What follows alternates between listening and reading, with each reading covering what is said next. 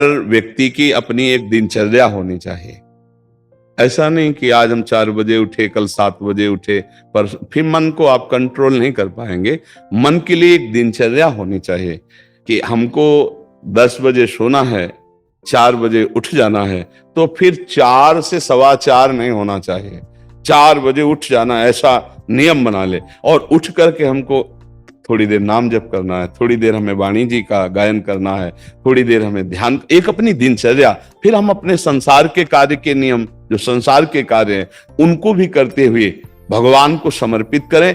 जैसे जो पद में है, जो आपको राष्ट्र सेवा मिली है, जो आपको समाज सेवा के पद मिले हैं, या आपको जो घर की सेवा के कार्य मिले हैं, उनमें बहुत धर्म पूर्वक आचरण होना चाहिए।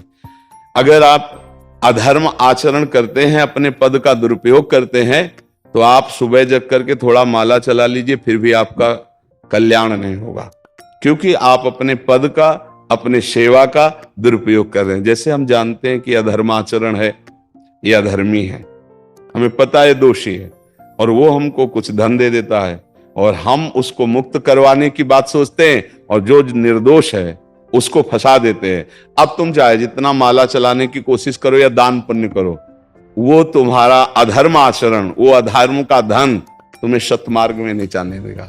नियम लेना चाहिए कि जिस पद में है, जिस धर्म में है, जिस कर्तव्य में है, चाहे कुछ भी हो जाए, हम अपने कर्तव्य से विमुख नहीं होंगे। जितना जप महान है, उतने कर्तव्य महान है। दोनों बातें समझना है।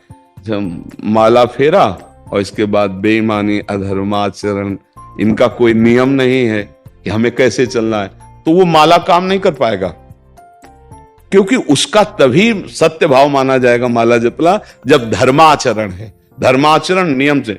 बोले वो बड़े कट्टर नियम वाले हैं, उनको घूस नहीं, आप उनको भयभीत करके नहीं काम करवा सकते, प्रलोभन में काम नहीं करा सकते। ये हमारी गृहस्थी है ना, तो गृहस्थी के पालन के लिए धन चाहिए, और धन के लिए हम धर्म को आगे रखें, धन को नहीं।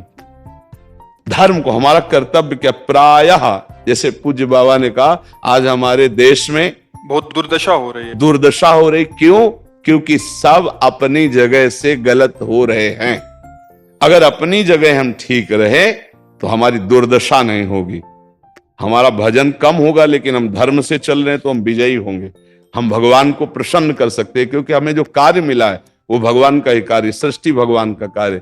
जैसे नए बच्चे कुछ वकालत पढ़ रहे थे, तो यहाँ आके प्रश्न किया था कि हम जानते हैं कि वो दोषी नहीं है, हम जानते हैं कि वो दोषी है, पर दोषी हमें पैसा दे रहा है, तो हम वकालत पढ़ी इसीलिए, हम उसको जिताएंगे, तो क्या कोई पाप है?